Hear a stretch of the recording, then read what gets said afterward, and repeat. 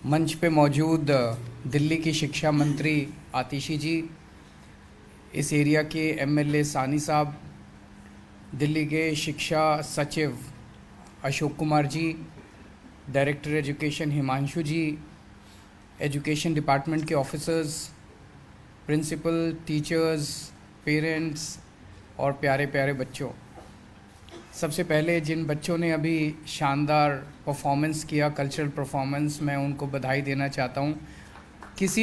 मैं कई स्कूलों में जाता हूँ, प्राइवेट स्कूल्स में भी जाता हूँ, गवर्नमेंट स्कूल्स में भी जाता हूँ और बड़े बड़े प्राइवेट स्कूल्स में भी जाते हैं। मैं आपको यकीन दिलाना चाहता हूँ कि किसी भी बेस्ट प्राइवेट स्कूल के परफॉर्मेंस से कम नहीं था आज हमारे बच्चों का परफॉर्मेंस।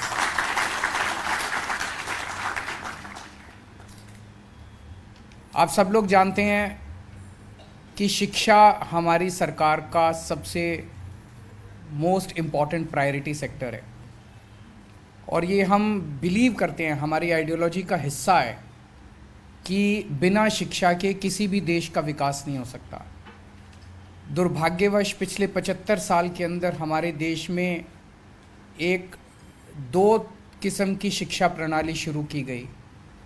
जिन लोगों के पास पैसे हैं उनके लिए प्राइवेट स्कूल हुए और जिन लोगों के पास पैसे नहीं है वो अपने बच्चों को गवर्नमेंट स्कूल्स में भेजने पे मजबूर हुए। ऐसा नहीं है कि सरकारी स्कूल हमेशा ख़राब होते थे। आज़ादी के बाद आप 15, 20, 25 साल का सफ़र उठा के देखें, उस वक्त के जितने बड़े बड़े लोग हैं, बड़े बड़े चाहे पॉलिटिशियंस कह लीजिए, चाहे बड़े बड़े आईएएस अफसर कह लीजिए, चाहे पुलिस अफसर कह लीजिए, सब सरकारी स्कूलों से ही आया करते थे। जब हमारा देश आज़ाद हुआ तो देश के अंदर गिने चुने प्राइवेट स्कूल होते थे। लेकिन ऐसा क्या हुआ 75 साल के अंदर कि धीरे धीरे धीरे धीरे सरकारी स्कूल ख़राब होते गए, प्राइवेट स्कूल इतने बढ़ गए कि अब एक आम आदमी जिसके पास पैसा है, हर आदमी कोशिश ये करता था कि भाई 2 पैसे कमा के, 2 पैसे बचा के, एक टाइम की रोटी कम खा के अपने बच्चों को मैं प्राइवेट स्कूल में पढ़ाऊँ, चाहे बेकार से बेकार प्राइवेट स्कूल हो, सरकारी स्कूल में नहीं भेजना चाहते थे। और धीरे धीरे सरकारी स्कूलों का जो पतन है वो इतना तेज़ी से होता गया कि जब हमारी सरकार बनी, मेरे को याद है उस टाइम पिछले वाली सरकारों में ये चलता था कि 10 स्कूल इस कंपनी को दे दो, CSR में 10 स्कूल उस कंपनी को दे दो, इस स्कूल की ज़मीन को कमर्शलाइज कर लो। अजीब अजीब किस्म के आइडियाज़ होते थे। तो पूरे देश के अंदर एक स्कूलों के और एजुकेशन के प्राइवेटाइजेशन का माहौल चल रहा था। जिसका पास पैसा है उसे शिक्षा मिलेगी, जिसके पास पैसा नहीं है उसे शिक्षा नहीं मिलेगी। अगर किसी देश के अंदर ये माहौल होगा कि पैसे वाले को शिक्षा मिलेगी और गरीब को शिक्षा नहीं मिलेगी, तो फिर तो देश कभी तरक्की नहीं कर सकता। क्योंकि हमारे देश के अंदर इतने सारे गरीब हैं, इतने लोअर मिडिल क्लास के लोग हैं, वो कहाँ से पैसे ला के इतनी महंगी शिक्षा को अफोर्ड करेंगे? कि क्वालिटी एजुकेशन अगर आपको चाहिए तो पैसे देने पड़ेंगे और पैसे तो हैं नहीं लोगों के पास। इसे हमने बदला है पिछले 8 साल के अंदर, इसे हमने बदला है। पिछले 8 साल के अंदर जो ट्रांसफॉर्मेशन एजुकेशन सेक्टर का हुआ है हर क्षेत्र के अंदर, जैसा भी आतिशी जी ने कहा कि गवर्नमेंट स्कूल के अंदर पहले जो बच्चे जाया करते थे उनके अंदर एक कॉन्फिडेंस की कमी होती थी। अक्सर ये देखा गया था कि किसी घर के अंदर एक लड़की है और एक लड़का है, कोशिश ये करते थे लड़के को प्राइवेट स्कूल में डलवा देते थे, लड़की को गवर्नमेंट स्कूल में डलवा देते थे।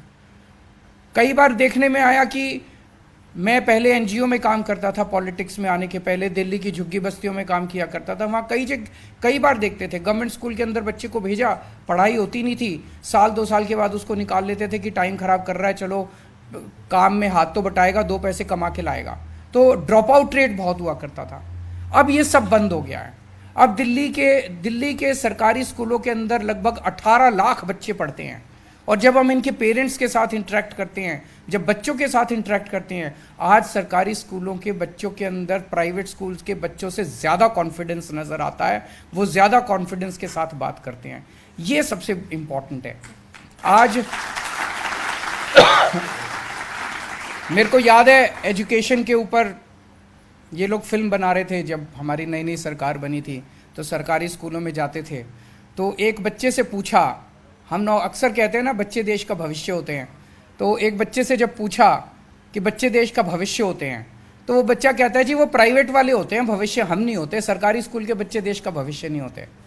5 साल के बाद वही बच्चा दोबारा जब मिला तो उसने कहा जी हमारा पूरा स्कूल बदल गया, अब हम भी इस देश का भविष्य हैं, जैसे प्राइवेट वाले इस देश का भविष्य हैं।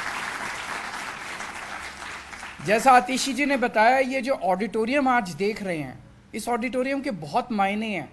ये ऑडिटोरियम केवल एक 4 दीवारी नहीं है, ये इस किस्म का ऑडिटोरियम आपको दिल्ली के बेस्ट से बेस्ट स्कूलों में भी नहीं मिलेगा।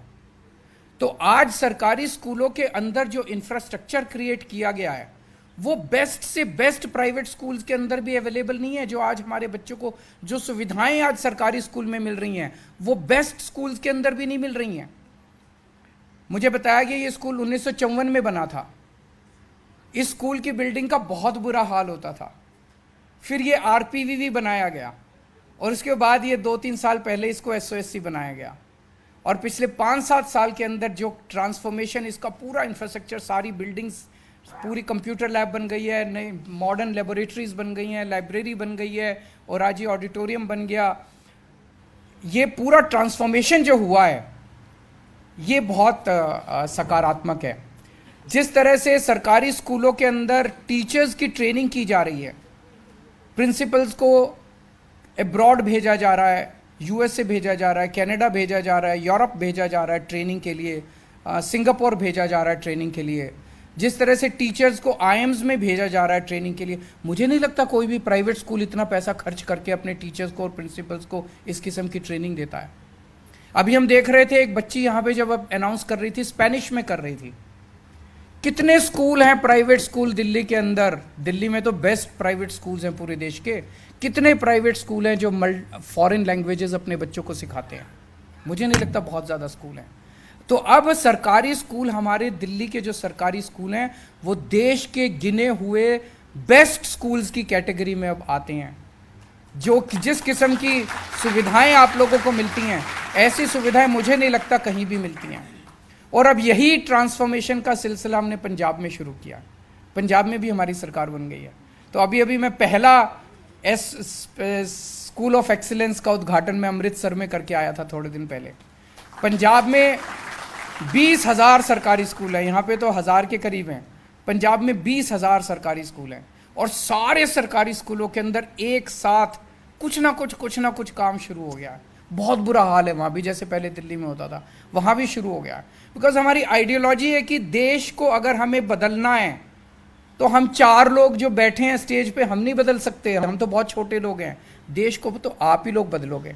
और आप लोगों को सशक्त करने के लिए, आप लोगों को एम्पावर करने के लिए शिक्षा सबसे बड़ा हथियार है। तो जो देश अपने बच्चों को अच्छी शिक्षा नहीं दे सकता वो तरक्की नहीं कर सकता। जो काम 75 साल में होना चाहिए था वो अब होने लगा है। ऊपर वाले का शुक्र है, अब तो होने लगा है। और मैं समझता हूँ कि ये जो शिक्षा को ठीक करने का सिलसिला है धीरे धीरे तेजी से फैलेगा। अब सब लोग, बाकी सरकारों को भी लगने लगा है कि शिक्षा को बदलना चाहिए। अब कोई सरकार ये नहीं कह सकती, कोई पार्टी ये नहीं कह सकती कि ये हो नहीं सकता। पहले सरकारें कहती थी यार सरकारी स्कूल ठीक नहीं हो सकते, government can not run schools. हमने दिखा दिया गवर्नमेंट कैन रन स्कूल्स। और हमने ये भी दिखा दिया कि जो सरकार स्कूल नहीं चला सकती वो सरकार क्या चलाएगी फिर? जिस सरकार से स्कूल नहीं चलते वो सरकार क्या चलाएगी फिर? स्कूल चलाना, स्वास्थ्य सेवाएं देना, अच्छा इलाज करना, ये तो बेसिक जिम्मेदारी है किसी भी जिम्मेदार सरकार की। नहीं तो हम टैक्स किस बात का देते हैं? लाखों करोड़ों रुपए का टैक्स देते हैं। किस चीज़ का टैक्स देते हैं? इसीलिए तो देते हैं कि हमें अच्छी शिक्षा मिलेगी, अच्छी बिजली मिलेगी, अच्छा पानी मिलेगा, अच्छी स्वास्थ्य सेवाएं मिलेगी। हर चीज़ को प्राइवेट सेक्टर को दे दोगे तो फिर एक दिन सरकार को भी दे दो प्राइवेट सेक्टर। तो मुझे बेहद खुशी आज आपका ये ऑडिटोरियम देख के, और स्कूल के बारे में भी मैंने आने से पहले सारा पता किया था। बहुत शानदार स्कूल आप लोगों का हो गया है। मैं आप सभी बच्चों को बधाई देता हूँ, आप इतने अच्छे स्कूल से पढ़ रहे हैं। सभी पेरेंट्स को बधाई देता हूँ कि आपके बच्चे इतने अच्छे स्कूल से पढ़ रहे हैं। भगवान करे आप आगे ज़िंदगी में खूब तरक्की करो और खूब देश का नाम रोशन करो। Thank you. कहीं सुना है रिटेल की दुकान पर होलसेल का दाम? जी हाँ, नव्या लेकर आया है डिजाइनर सूट्स, कुर्तीज और फैब्रिक्स। सबसे सस्ता, सबसे अच्छा, defence road, Mamun, Pathankot. Contact 9614196141। Prabhdayal Gajadhari jewellers, जो है पिछले 75 सालों से आप सभी का भरोसा, आपकी खुशियों के साथ। आशा पूर्णी मंदिर, पठानकोट से मनचंदा टावर, ढलोजी रोड।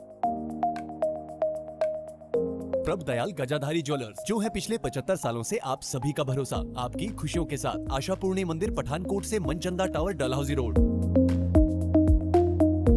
प्रभ दयाल गजाधारी ज्वेलर्स, जो है पिछले 75 सालों से आप सभी का भरोसा, आपकी खुशियों के साथ। आशा पूर्णी मंदिर, पठानकोट से मनचंदा टावर, डलहौजी रोड।